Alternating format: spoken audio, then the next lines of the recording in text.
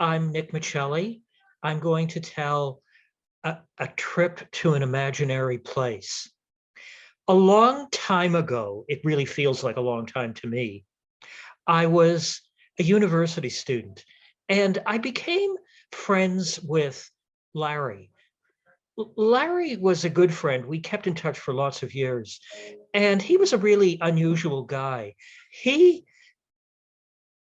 was a lot different from me, and I think at that time in my life, I wanted a friend who was a lot different from me.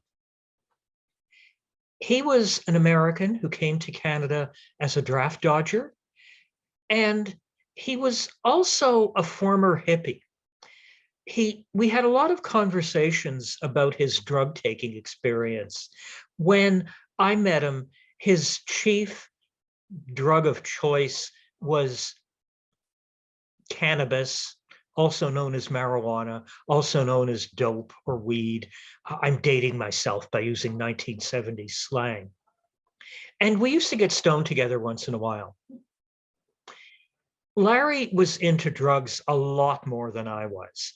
He had a way of connecting with druggy people, and that seemed to be a lot of his crowd. And he introduced me to Scott. Scott was different again. He was wealthy, unlike me and Larry. And he lived with his parents in a mansion in North Toronto. And he operated a business out of his parents' home that they didn't know anything about. He was a drug dealer. He sold drugs that were hard to come by, interesting, unusual drugs. And he had a niche market, I guess you could say, in the drug taking community. Larry went to me one day and said, "Would you like to get stoned on peyote?" And I knew enough about drugs to know that peyote was a very classy way to get stoned. I said, sure. So we met at Scott's house. Scott brought out this bag of peyote buttons. Peyote buttons are big, fat seeds. They can grow a cactus plant, but they can also get you very high. And he asked us, how many peyote buttons do you want? Larry took 3. I followed Larry's lead and took 3. Scott took 8. So you can tell he was tripping a lot further than we were. One of the problems with peyote buttons is they tend to make you throw up, and you don't want to throw up. There goes your high. So Scott worked around that by putting the peyote buttons into a blender with bananas and making peyote banana smoothies. It sounds silly, but it worked. We kept the product down, and the peyote buttons had an awful taste. The bananas went at least part way to cover up the taste. So we ate our peyote banana smoothies and waited for the high to kick in. It didn't take long. Scott's parents were at home, so we had to make small talk, and they had no idea their son was blitzed and his house guests were blitzed. Scott showed us an electronic toy I've never seen anywhere except at his house. It was a game of ping pong you could put on your TV.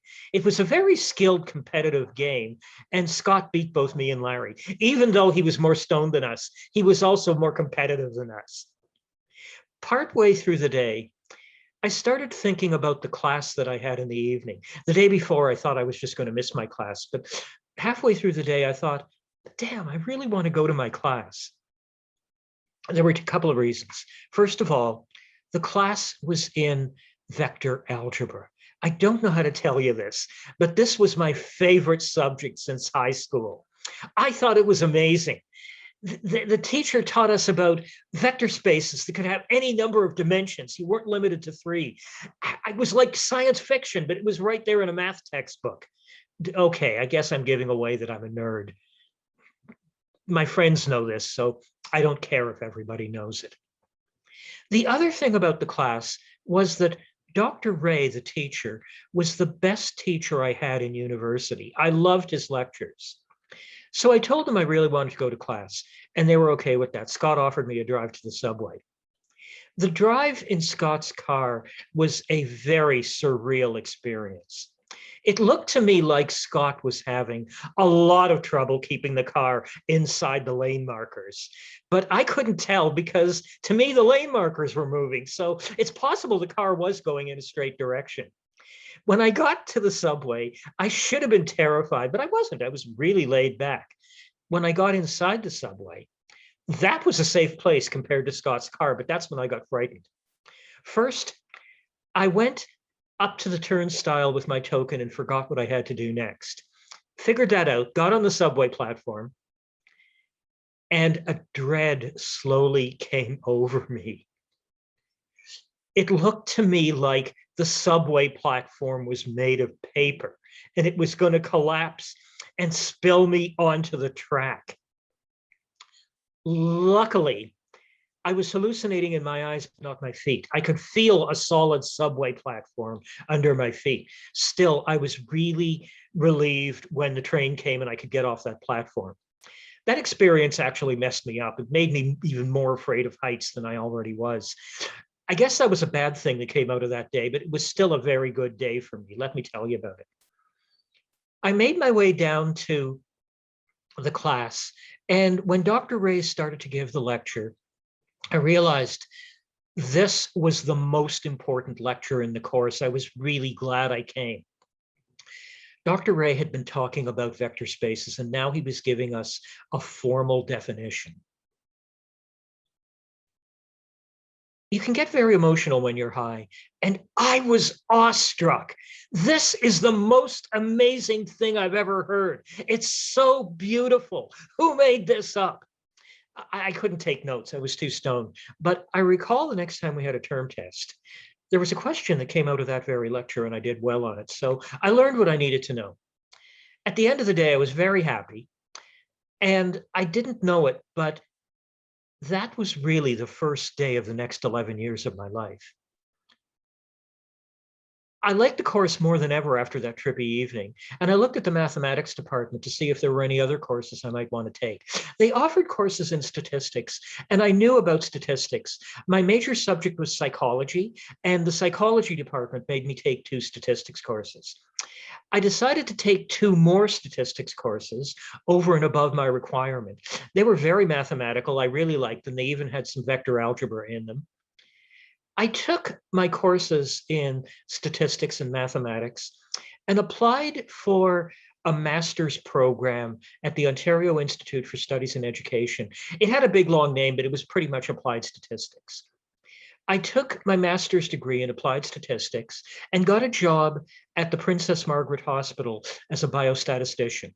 The Princess Margaret is now part of a big mega hospital, but at the time, it was a world famous center that specialized in cancer.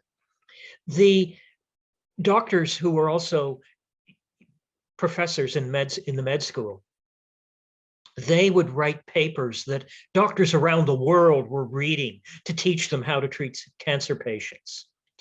And I was part of that research effort. I was providing the doctors with reports that they used to write up their research reports for the journals. It was a really exciting time in my life. I really felt like I was doing something important in the world. And sometimes they would even honor me by naming me as a co-author, recognizing the value of my expert consultation. It was a great honor whenever that happened. It was a really good time in my life. And the only reason it happened was because I tripped on peyote and went to a night class in vector algebra. It was the most transformative day of my life, and it was truly a new beginning.